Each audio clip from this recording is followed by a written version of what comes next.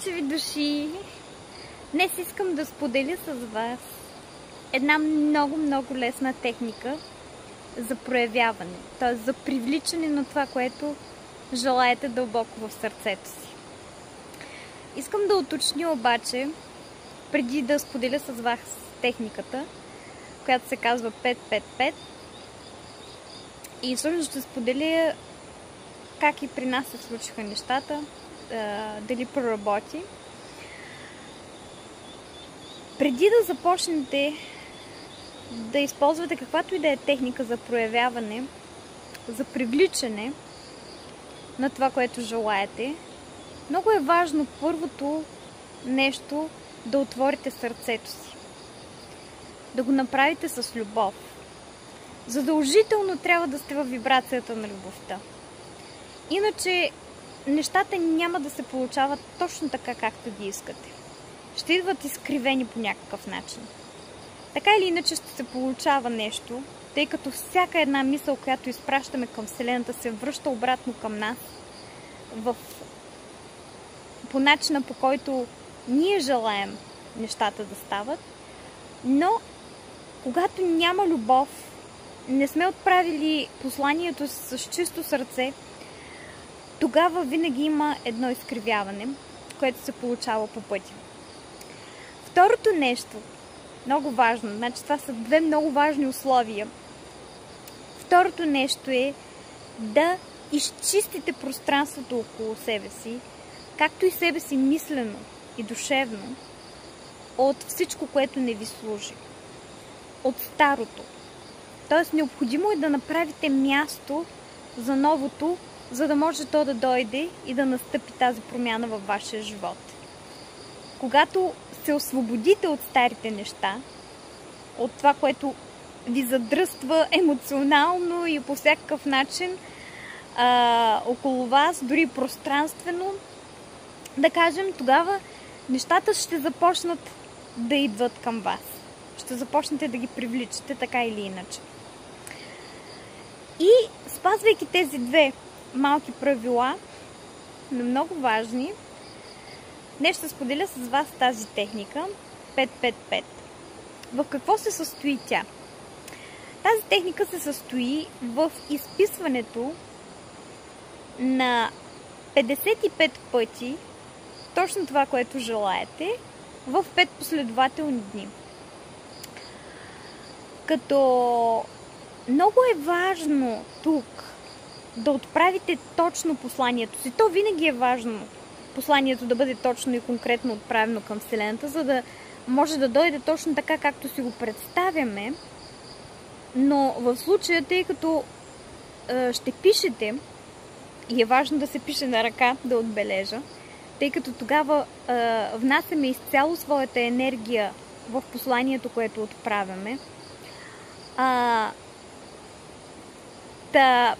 Понеже изписваме с думички това, което желаем, е важно преди да започнем изписването, погледнете изречението. Дали точно и цялостно съдържа точно това, което желаете. Защото, ако сте гледали предишното видео, много често отправяме послания, които си мислим, че са точно това, което искаме, но понеже не сме ги домислили точно така правилно, дали някоя дума в пространството, която сме казали, в изречението, което сме наместили, не е било точно на мястото си и получаваме отново изкривяване, т.е. това, което се връща към нас, не е точно това, което сме си представили.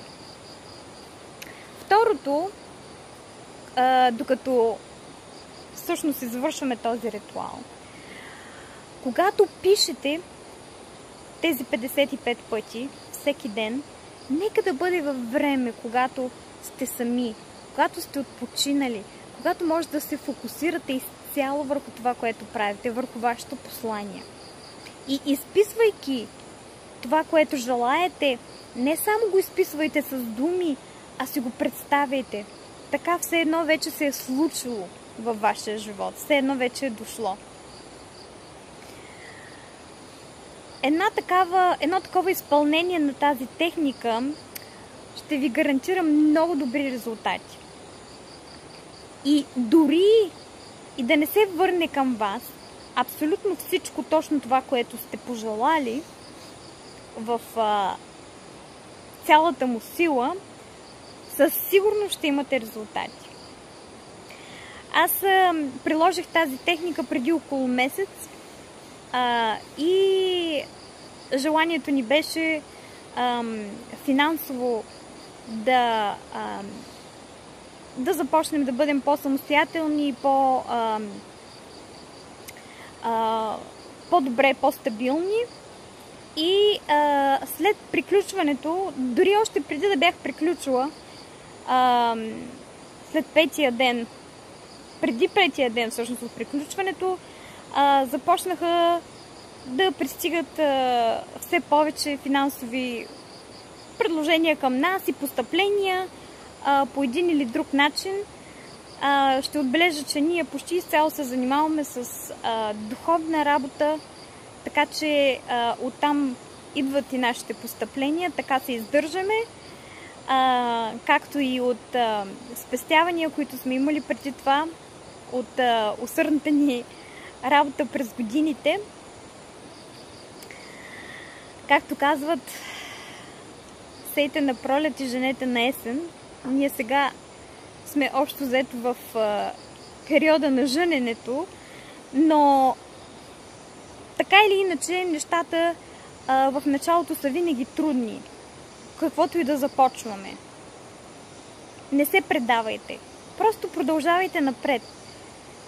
С сърцето ли вършите нещо, с пълна любов ли го правите, така или иначе нещата ще се случат рано или късно.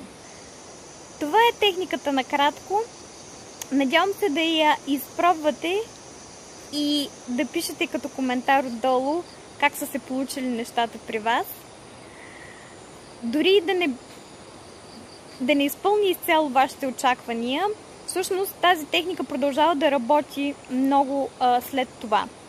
При нас все още продължава да работи това, което тогава направих, и все още продължават да идват постъпления от необичайни места. Всъщност ще споделя с вас точно какво бях изписала. И това забравих да посоча, че е едно от основните условия, за да получите по-добри резултати от използването на тази техника, е да започнете с благодарност вашето изречение, а не с моля. Тоест, при мен аз това, което изписвах, беше безкрайно съм благодарна за неочаквани и безкрайни финансови постъпления, които идват в нашия живот. Нещо от този сорт на английски звучи нещо малко по-различно. Всъщност дори финансови постъпления не бях написала, а по-скоро изобилие. Използвах думичката изобилие. Ще ви обясня в едно следващо клипче защо точно така бях структурирала изречението и не включих всъщност думата финанси. Нещата в Вселената са малко по-различни от това, което логиката ни си ги представя тук на Земята. Но важното е да направим нещо по въпроса и то да проработи. Обичам ви безкрайно, не се страхувайте, прилагайте всякакви техники. Има ли любов, всичко се получава.